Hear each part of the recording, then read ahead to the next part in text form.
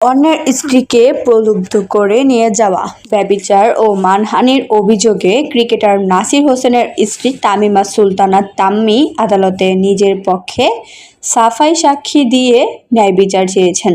ঢাকার additional chief metropolitan magistrate জসিতা ইসলামের আদালতে সাফাই সাক্ষ্যের দিন ধার্য ছিল।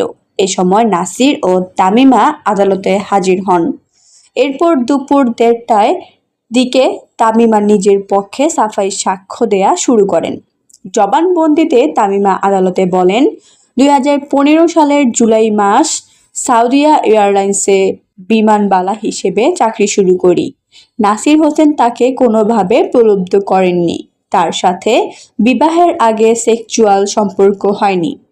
2016 সালের 23 ডিসেম্বর মামলার বাদী রাকিব হোসেনকে তালাক দেই।